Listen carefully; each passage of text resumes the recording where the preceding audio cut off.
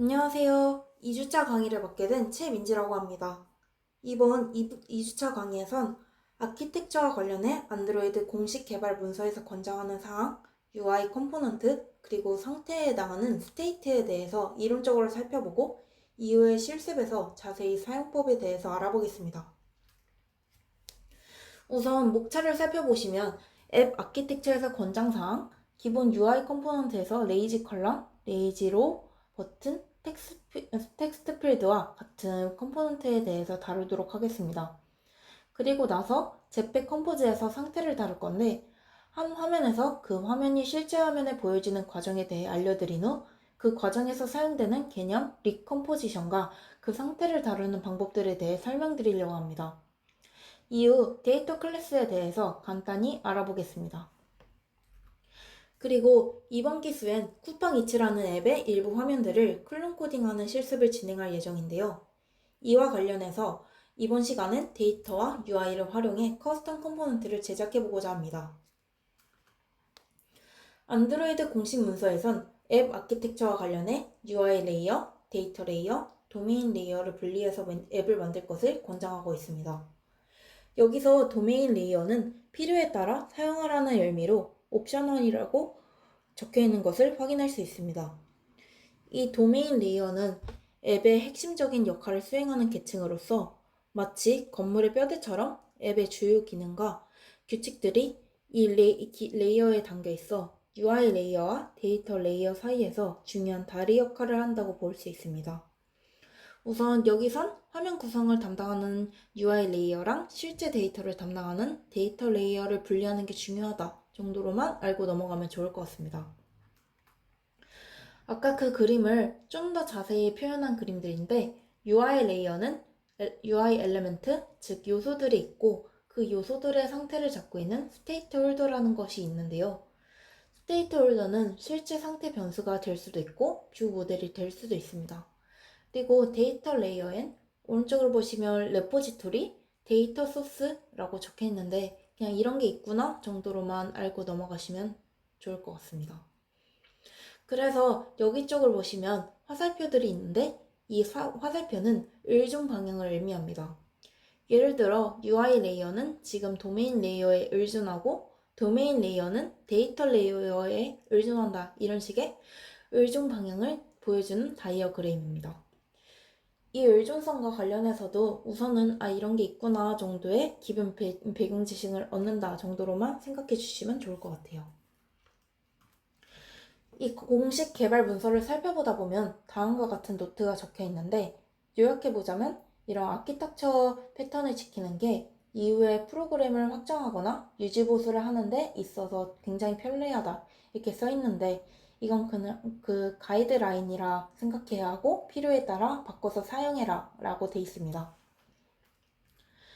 이 내용을 예시로 한번 살펴보면 예를 들어 이런 간단한 화면이 있다고 해봅시다. 이 코드는 제 이름을 보여주는 간단한 컴포저블 한수인데요. 이 단순한 걸 만든다 했을 때 이런 식으로 다양하게 표현이 가능한 거죠.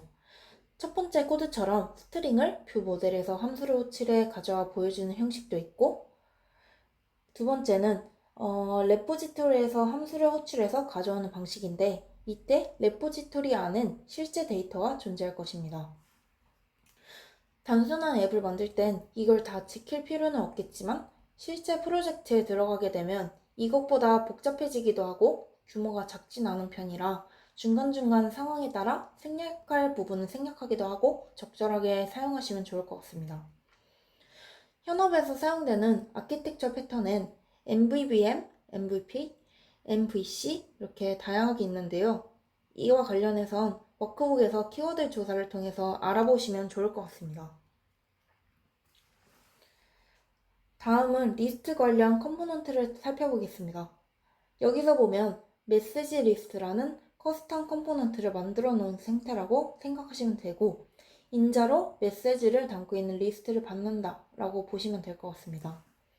그래서 이 메시지를 담고 있는 리스트들을 받아서 컬럼 안에 쭉 순서대로 쌓겠다라는 코드인데 보시면 컬럼 안에 메시지들을 for each에서 그 안에 람다 함수로 메시지를 따라서 메시지 로우란 아이템에 메시지 값을 넘겨주도록 되어 있습니다.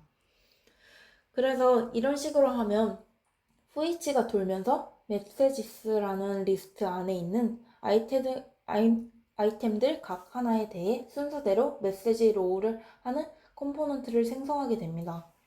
그럼 이게 위에서부터 쌓일 텐데 문제는 컬럼 로우는 스크롤을 지원하지 않기 때문에 실제 화면에선 안에 있는 모든 컴포넌트가 보이는 게 아니라 화면에서 보여줄 수 있는 만큼 보여주고 그 뒤로는 그냥 잘라서 보이지 않게 됩니다.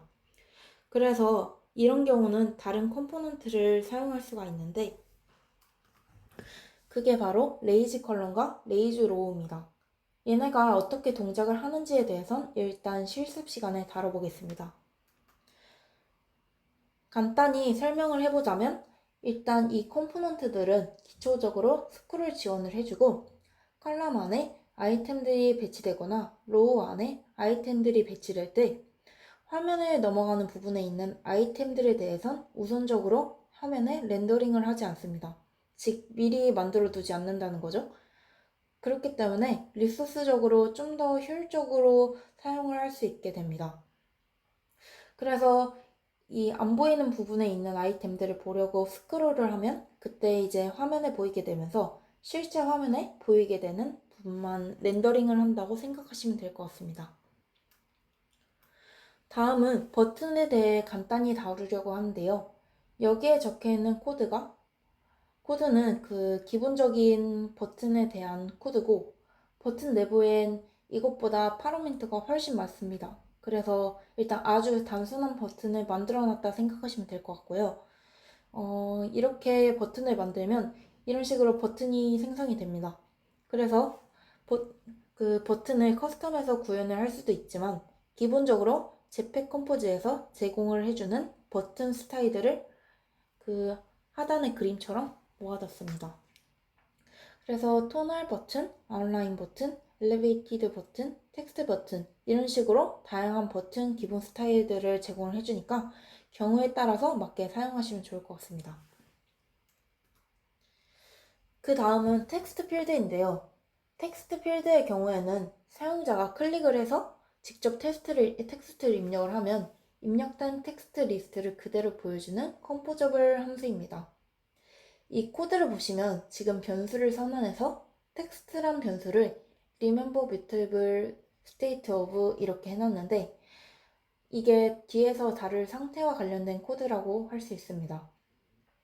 그래서 일단 이런 게 있구나 정도로 넘어가시면 될 것 같고 그리고 텍스트 필드에 해당하는 게 기본적으로 제공되는 컴포저블 함수인데요.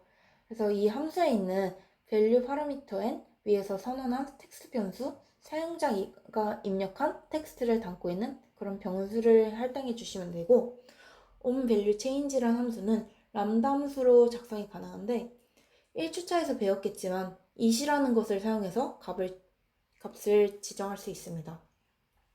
그래서 여기는 onValueChange 같은 경우엔 아까 위에서 텍스트 정보를 담고 있는 텍스트 변수의 변화를 감지해서 사용자가 입력한 텍스트인 it을 넣어준다 라고 생각을 해주시면 됩니다. 그리고 이 라벨 같은 경우에는 오른쪽 그림의 상단 부분 그 텍스트 필드의 라벨이라 할 수 있는데 단순히 스트링으로 주는 게 아니라 컴포저블 함수인 텍스트로 감싸서 저런 식으로 배치를 해주시면 됩니다. 그래서 이것도 앞에 소개드린 버튼처럼 기본적인 텍스트 필드를 제공을 해주고 이외에 그 테두리가 색칠된 아웃라인 텍스트 필드 이런 기본적으로 제공해주는 컴포저블들이 있습니다. 이 함수들의 내부엔 베이직 텍스트 필드라는 컴포저블 함수를 사용해서 구현이 되어 있는데 기본 제공되는 컴포넌트들에서 추가적으로 커스텀을 원한다고 하시면 그 베이직 텍스트 필드를 직접 수정해서 나중에 구현을 할 수 있습니다. 아마 프로젝트에서 디자이너 분들이 주신 그 디자인을 그대로 구현을 하려면 사용해야 할 확률이 높긴 하겠죠? 그래서 이 부분은 파라미터가 엄청 많아서 할 수 있는 건 되게 많은데 좀 복잡할 수 있어서 코드를 작성해 보시면서 한번 알아보시면 좋을 것 같습니다. 다음은 상태에 대해서 다룰 건데요.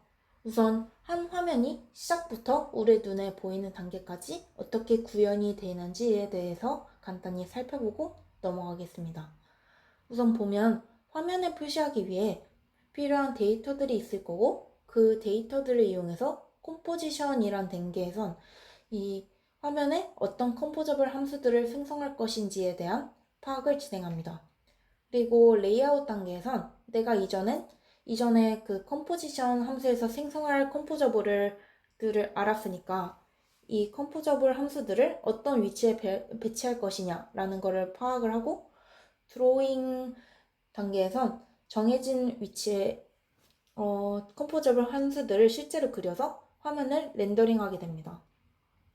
이 단계들이 모두 끝나면 실제 기기의 화면에 UI가 보이게 되는 것이죠. 그래서 앞에서 설명한 그 각 단계를 그림으로 확인을 해보자면, 코드처럼 로우 안에 이미지와 컬럼이 있고 컬럼 안에 텍스트가 있다면 이런 함수가 컴포지션 과정에서 각 노드에 해당하는 아이템으로 들어가서 이렇게 UI 트리라는 것을 만들게 됩니다. 내부적으로 이런 UI 트리가 생성되고, 여기서 보면 로우가 제일 바깥을 감싸고 있는 컴포저블 함수이니까 시작 노드가 로우가 되고, 같은 레벨에 이미지랑 컬럼이 있어서 이 자선으로 그 이미지랑 컬럼이 생기게 됩니다. 그리고 이 텍스트들은 컬럼 안에 있기 때문에 컬럼의 자식 노드로 텍스트 2개가 생성됩니다. 그 다음에 이렇게 생성된 UI 트리를 갖고 레이아웃 단계에선 실제 화면에 어떤 위치에 해당 컴포저블 함수들이 생성될 것인지 내부적으로 파악하게 됩니다. 그래서 이런 식으로 파악을 한다 정도로만 이해하시면 될 것 같고, 드로잉 단계에선 실제로 배치된 위치에 생성할 그 컴포저블 함수들을 그리는 단계다라고 생각하시면 될 것 같습니다. 그러면 우리가 계속 똑같은 화면만 보는 게 아니라 데이터가 바뀌면 그 바뀐 데이터를 반영해 화면이 그려져야 하는데, 그 과정이 어떻게 일어나느냐가 바로 리컴포지션이라는 것입니다. 말 그대로 컴포지션이 다시 발생하는 것이라고 이해하시면 좋을 것 같아요. 그래서 데이터 변화가 감지되면 이런 단계들이 다시 반복되는 거죠.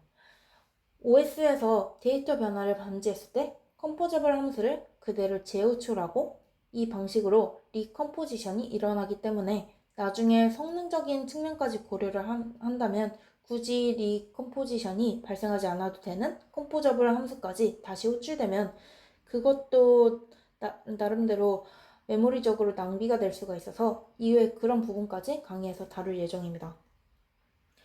그래서 앞서 말한 것처럼 리컴포지션이 발생하면 그 함수를 그대로 재호출하게 되는데, 그러면 그 과정에서 코드가 동적으로 계속 값이 바뀌면서 호출을 해야 합니다. 이때 그 계속 똑같은 함수가 호출되면 변화된 값을 감지하지 못하게 됩니다. 그래서 그 과정에서 상태를 담고 있는 변수가 리컴포지션에서 다시 추기하지 않고 자기 값을 유지할 수 있도록 하는 게 바로 이 mutable state of라는 메소드입니다. 그래서 이 mutable state of라는 메소드를 사용해서 변수를 선언하면 아까 앞에서 보여드렸던 UI 트리에서 그 해당 데이터를 관찰할 수 있도록 만들어주게 됩니다. 그래서 내부적으로 mutable state of 함수는 관찰 가능한 mutable state 객체를 생성하는데, mutable state 객체에 대한 코드가 바로 이런 코드입니다. 그런데 이 mutable state만으로는 recomposition에서 값이 계속 유지되지를 못하기 때문에 이제 remember라는 함수를 사용해서 함께 사용하게 됩니다. 그래서 이 example value 1, 2, 3의 경우에는 그냥 인티저 값을 담고 있는 변수다라고 생각하시면 되고, 위에부터 보면 example value 1은 remember하고 중괄호하고 mutable state of 이렇게 작성을 해뒀습니다. 이렇게 remember를 사용하게 되면 mutable state 타입의 변수가 생기게 됩니다. 이 example value 1이라는 변수가 이 타입의 변수가 되기 때문에 나중에 로그를 찍겠다라고 하면 로그하고 저 example value 1을 주면 되고, 그 뒤에 점 value를 붙여서 사용을 해야 합니다. example value 2는 by remember를 사용했는데, 이 by remember를 사용하면 타입이 그냥 int 타입이 돼서 그냥 인티저를 사용하듯이 사용을 하시면 됩니다.